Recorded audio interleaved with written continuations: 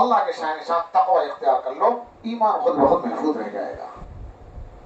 بس میں اس کو سمجھاؤں گا انشاءاللہ، اور پھر بات انشاءاللہ ختم ہو جائے گی کہ تقوی کیا چیز ہے۔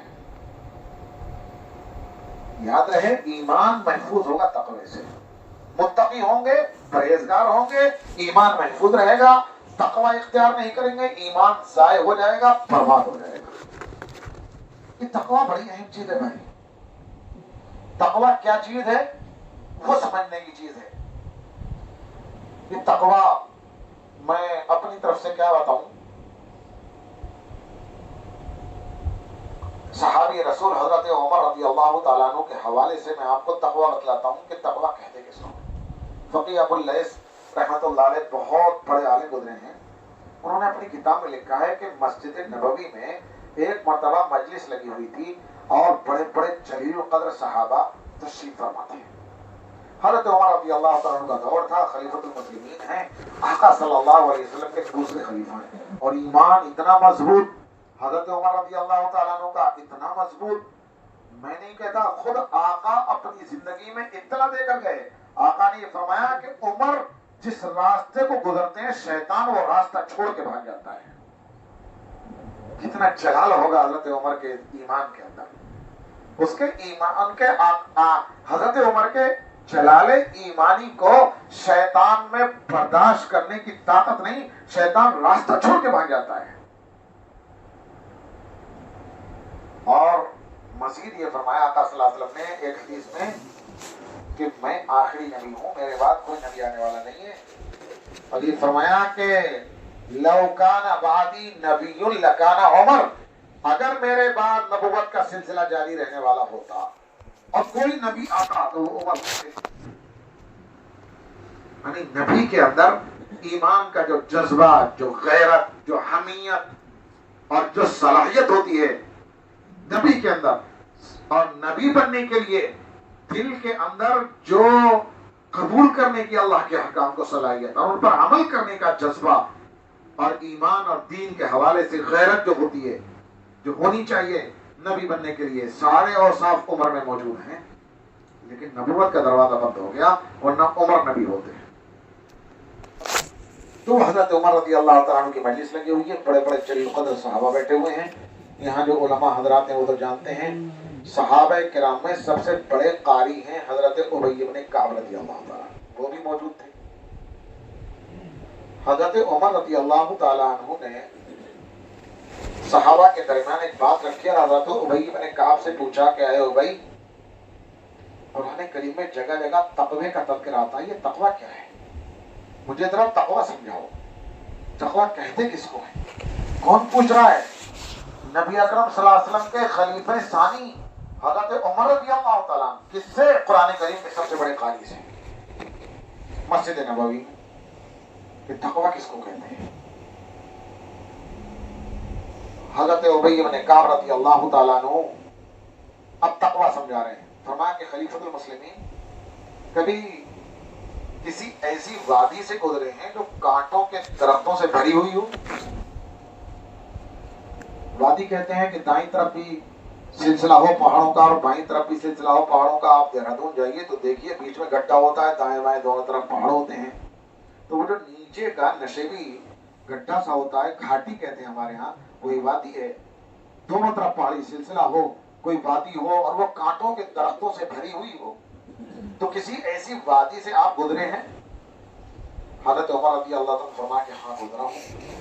کہا ایسی کسی وادی سے گزرے ہیں کہ کانٹوں کے درختوں سے کھچا کھچ بھری ہوئی ہے، پاؤں رکھنے کو جگہ نہیں ہے، بیچ میں ایک پتلا سا راستہ لوگوں نے پیدل چلنے کے لیے بنا لیا ہے، جیسے کھیتوں کے بیچ میں بنا لیتے ہیں، ہمارے علاقے میں اسے پگڈنڈی کہتے ہیں، کہیں بٹیا بھی کہتے ہیں، کہ کہیں ایسے راستے سے گزرے ہیں کہ کانٹوں کے درختوں سے وادی بھری ہوئی ہے اور بیچ میں پتلا سا راستہ پیدل چلنے کا ہے، ایک آدمی پیدل چل پاتا ہے، دو آدمی بھی برابر میں نہ چل پائیں، کہ ہاں ایسے راستے سے بھی گزرا ہوں۔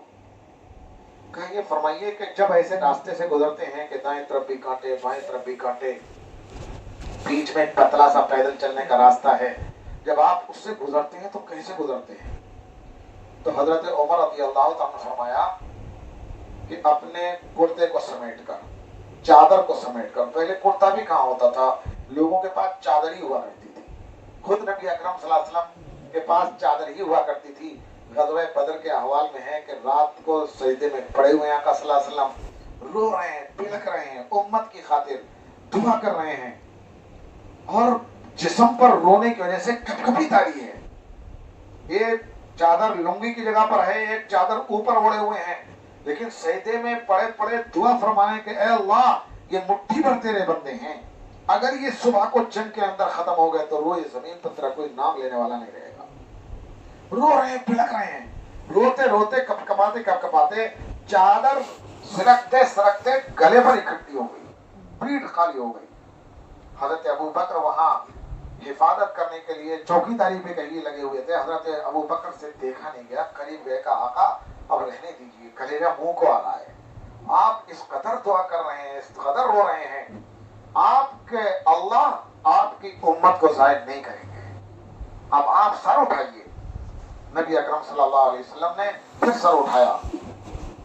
तो मैं कह रहा था कि चादरें हुआ करती थी उस वक्त में, इतने अच्छे कपड़े सिले सिलाए जैसे हम लोगों को अल्लाह ने नेमतें दी हैं, उस जमाने में कहाँ होते थे, गुर्बत थी।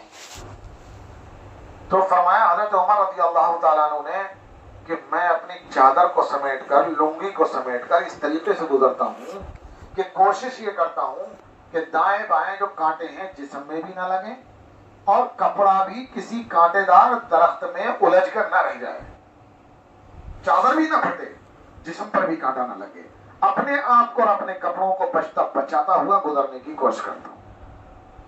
अब फरमाया हज़रत उबई इब्न काब रज़ी अल्लाह तआला अन्हु ने कि ऐ खलीफतुल मुस्लिमीन, बस इसी का नाम तक़वा है, कि इसका नाम तक़वा है कि हाँ। फिर वज़ाहत फरमाए, कहा कि अल्लाह ताला ने जन्नत बना दी और जन्नत तक जाने के लिए एक सीधा रास्ता बना दिया है, और ये वही रास्ता है जिसकी दुआ हम रोजाना हर नमाज में, हर नमाज की हर रकात में दुआ करते हैं।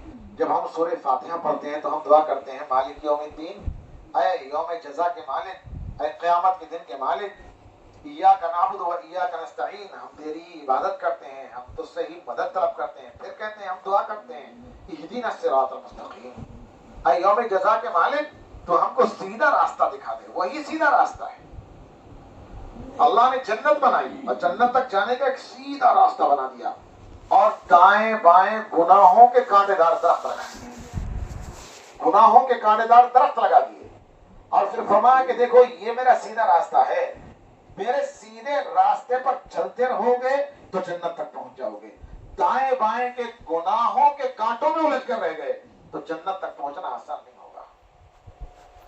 गुनाहों के कांटों में उलझ करके रह गए तो जन्नत तक पहुंचना आसान नहीं होगा।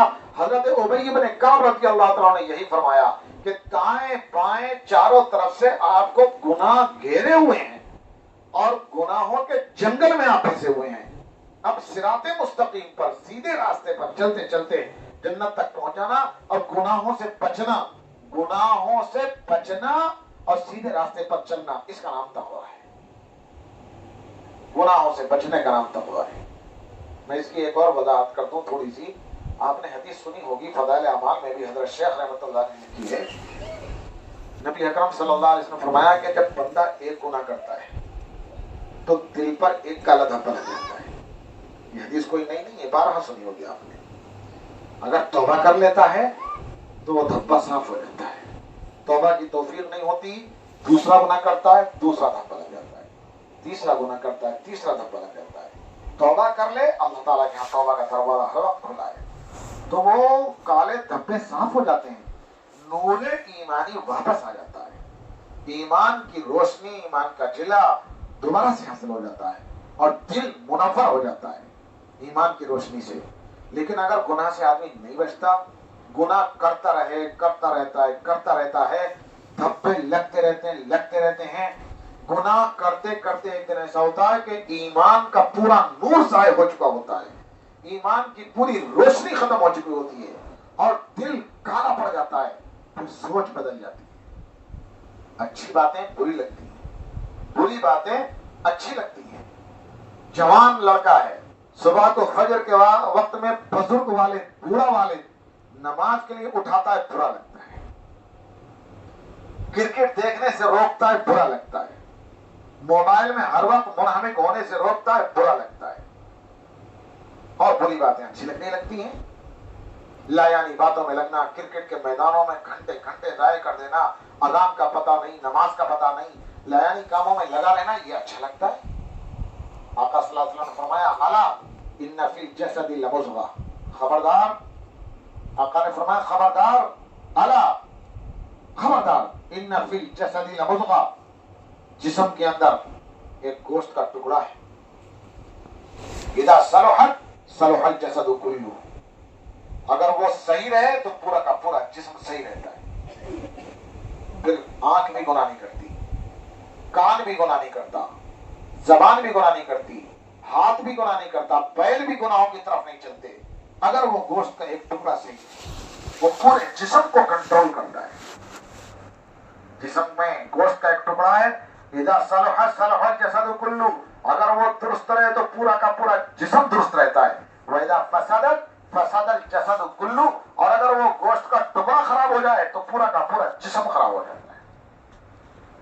आका ने फरमाया, अला वहियल क़ल्ब, खबरदार, वो दिल है, दिल। अगर दिल सही है पूरा जिस्म कंट्रोल में रहेगा, दिल खराब हो गया तो पूरा जिस्म काबू से बाहर हो जाएगा। हाथ भी गुनाह करेंगे, आंखें भी गलत जगह पर पड़ेंगी, कान से भी गुनाहों को की बातों को, गीबत की बातों को, गुनाहों की बातों को, गालम गलोच को सुनेगा, जबान भी गीबत करेगी, गालम गलोच करेगी, फहाशी करेगी। नबी अकरम सल्लल्लाहु अलैहि वसल्लम फहाश नहीं थे। आका सल्लल्लाहु अलैहि वसल्लम फोशगोई नहीं करते थे, नरम बात करते थे, बा अखलाक थे। अभी हजरत फरमा रहे थे, जुमे से पहले मस्जिद में ही तशरीफ फरमा थे, तो फरमा रहे थे कि हमारे हजरत मौलाना मसीहुल्लाह खान साहब रहमतुल्लाह अलैह कभी गुस्सा नहीं करते थे। गुस्से में फौशगोई होती है, जहां गुस्सा जिस्म पर तारी हुआ और गालम गलोच और माँ बहन सब कुछ, कोई चीज महफूज नहीं रहती है, हर चीज की इज्जत तार तार होने लगती है। फरमा के दिल कंट्रोल में रहे तो पूरा का पूरा जिस्म कंट्रोल में रहता है। मैं अर्ज कर रहा था, मैंने एक आयत पढ़ी तो ये कहा था कि दूसरे टुकड़े में ईमान की हिफाजत की जिम्मेदारी दी गई है मरते दम तक, और पहले टुकड़े में उसका तरीका बतलाया है कि तकवा इख्तियार करो, और तकवा नाम है गुनाहों से बचने का। लेकिन एक बात मैं और अर्ज कर दूं, तकवा नाम है गुनाहों से बचने का, और गुनाहों से बचकर ही ईमान महफूज होगा।